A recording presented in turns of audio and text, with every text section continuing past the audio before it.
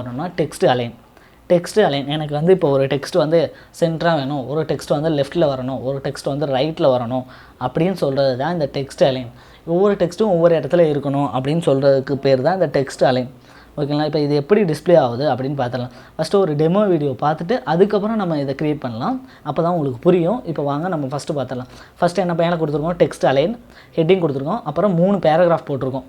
3 paragraph இல்லை 3 heading கொடுத்துருக்கோன்னு பார்த்துக்கோங்க. 3 heading கொடுத்துருக்கோம். ஒவ்வொரு ஹெட்டிங்கும் ஒவ்வொரு சைஸில் இருக்குது பாருங்கள். இப்போ ஏன் ஹெட்டிங் கொடுத்துருக்கோன்னா, ஹெட்டிங்னால் ஈஸியாக ஸ்டைல் எழுதிடலாம். இல்லாட்டி ஸ்டைல் எழுது கொஞ்சம் இதாக இருக்கும். ஹெட்டிங் கொடுத்தா தான் உங்களுக்கு ஈஸியாக புரியும். ஓகேங்களா? இப்போ வாங்க இது எப்படி க்ரியேட் பண்ணுறதுன்னு பார்க்கலாம். டெமோ வீடியோவில் சொன்ன மாதிரி இங்கே பாருங்கள், ஃபஸ்ட்டு H1ல் ஹெட்டிங் கொடுத்துருக்கேன். அதுக்கப்புறம் H6ன்னு ஒரு ஹெட்டிங் போட்டிருக்கேன். H5 H4 அப்படின்னு ஒரு 3 ஹெட்டிங் போட்டிருக்கேன்ல. இப்போ இந்த 3 ஹெட்டிங்க்கு தான் நம்ம ஸ்டைல் எழுத போகிறோம். ஃபஸ்ட்டு வந்து நம்ம H6க்கு எழுதலாம். டெக்ஸ்ட் அலைன் என்ன கொடுக்கலாம், லெஃப்டாக ரைட்டு கொடுத்துக்கலாம். அடுத்து நம்ம என்ன எழுத போகிறோம், அடுத்து வந்து நம்ம H5க்கு இப்போ நம்ம ஸ்டைல் எழுதணும். அதுக்கு என்ன கொடுக்க போகிறோம், H5 செலக்ட் பண்ணிக்கிட்டு அதுக்கு ஒரு ஓப்பன் ப்ராக்கெட் க்ளோஸ் ப்ராக்கெட் கொடுத்துட்டு இந்த டெக்ஸ்ட்டில் என்ன பண்ணலாம், டெக்ஸ்ட்டு இது வந்து சென்டராக வச்சிடலாம். டெக்ஸ்ட் அலைன்மெண்ட் வந்து இது சென்டராக வச்சிடலாம். அப்போ தான் உங்களுக்கு புரியும். அதிலே நிறைய ஆப்ஷன் இருக்குது. உங்களுக்கு என்ன வேணுமோ யூஸ் பண்ணி பாருங்கள். ஆனால் உங்களுக்கு வெப்சைட்டில் என்ன கொடுத்தா அழகாக தெரியுமோ அதை மோஸ்ட்லி யூஸ் பண்ணுங்கள். அப்போ தான் பார்க்குறவங்களுக்கு புரியுங்கிற CSS வந்து உங்களுக்கு பார்க்குறதுக்கு மட்டும்தான் தெரியும். பார்த்தா CSSல இப்போ நம்ம ஃபுல்லாக டெவலப் பண்ணியிருக்கோம் அப்படின்னு தெரியும். ப்ரெசன்டேஷன் நீட்டாக இருந்தால் தான் இப்போ வர கஸ்டமர்லாம் ப்ரெசன்டேஷன் தான் பார்ப்பாங்க.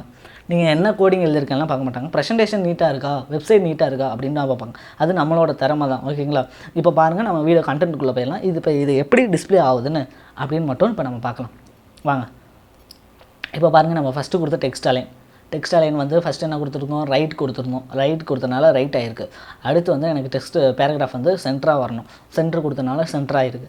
அடுத்து வந்து எனக்கு வந்து பேராகிராஃப் வந்து கீழே வரணும், லெஃப்ட்லேயே இருக்கணும் அப்படின்னு சொன்னனால லெஃப்ட்லேயே இருக்குது பாருங்கள். இந்த மாதிரி தான் ஒவ்வொன்றும் டிஸ்பிளே ஆகுது.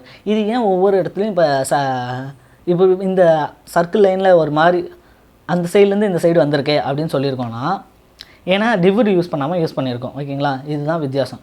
ஓகே ஃப்ரெண்ட்ஸ், இந்த வீடியோ உங்களுக்கு பிடிச்சிருந்துச்சுன்னா லைக் பண்ணுங்கள், ஷேர் பண்ணுங்கள், சப்ஸ்கிரைப் பண்ணுங்கள், அந்த பெல் பட்டனை கிளிக் பண்ணுங்கள். நாளைக்கு இன்னொரு வீடியோவில் பார்க்கலாம். Thank you all friends.